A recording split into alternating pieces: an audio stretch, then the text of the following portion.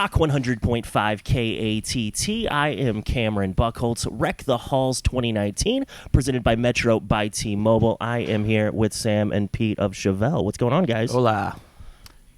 Nothing really. Right, just hanging out before the show, and I assume probably about to do like the meet and greet thing and that whole all of that, the press and the meet and greet and just the daily grind of before a show. Yeah, that's about right. Now, I would have assumed when this show got announced, I was like, oh, we'll probably have the new Chevelle single before this tour. Mm-hmm. We do not. What's going on?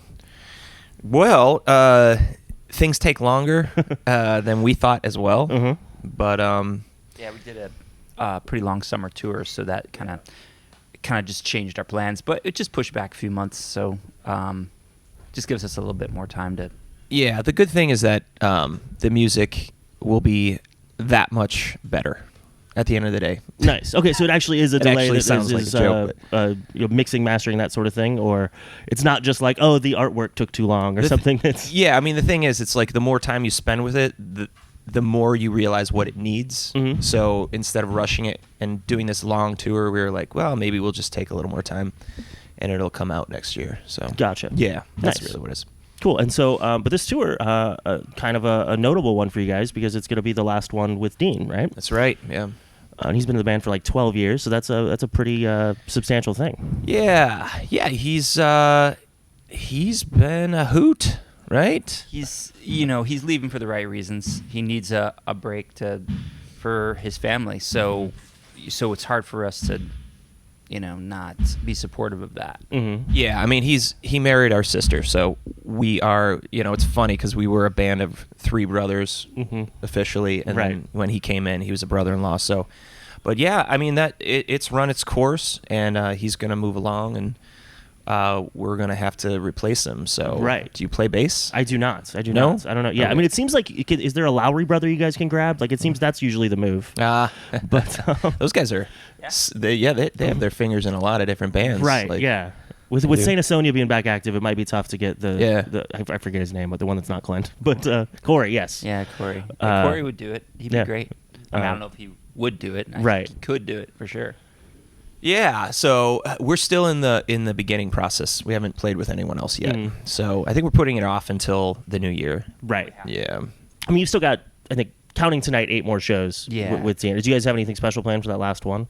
I think it's in Mississippi, so it's not like it's hometown show or something. Someone to beat him about the knees with a baseball bat. Okay, so fair it's enough. going to be a surprise for him. But before And we're gonna open some Johnny Walker Blue There you label, go. and we're just gonna Finish the whole bottle. Yeah, finish it that night. Before the camera started rolling, you were talking about a glitter bomb, so I was thinking maybe something along those lines on stage. But it's no, glitter's bad. Right. For the ocean, fish eat it. right. It's bad. And Mississippi's coastal, so you don't want that. Yeah, no, we were sitting in the bus before this, watching dumb YouTube videos, pranks. You got to keep it light on the road. I mean, you do, Right. And not take it all too seriously. But I was in there crying. It was so funny. So I was showing him anyway. So if we, I'll have to check it out. Sound a little congested. But now, in terms of a replacement, are you guys going to try to get, like, are you looking for, I guess, a third band member, or are you looking for a touring guy? Yes, definitely a touring. Yeah, personnel. Right. Yeah, I mean, You want an employee. We have a pretty serious list, so it's just really it's just sitting down and picking some few people out of that list and then rehearsing with them, and that's really the next step. Yeah. Gotcha. But Dean played on this whole new record, right? Yeah. Well, see, that's the thing. I can't really comment on that because the record may be done twice. I don't know. Okay. Yeah. That's the thing. Like when you have actual time, I might scrap the whole damn thing and redo it, and it'll be that much better. Right. So, this is our 10th full length album, but only because of the B-sides. So, but when you get to that sort of like the later part of your career, if you're lucky to do that, it just, you want it to be that much better, Sure. So, and it's fucking hard, man. Well, I know when Northern Corridor came out, Sam, I think I talked to you, and you were talking about how hard it was on you, Pete, to make that record.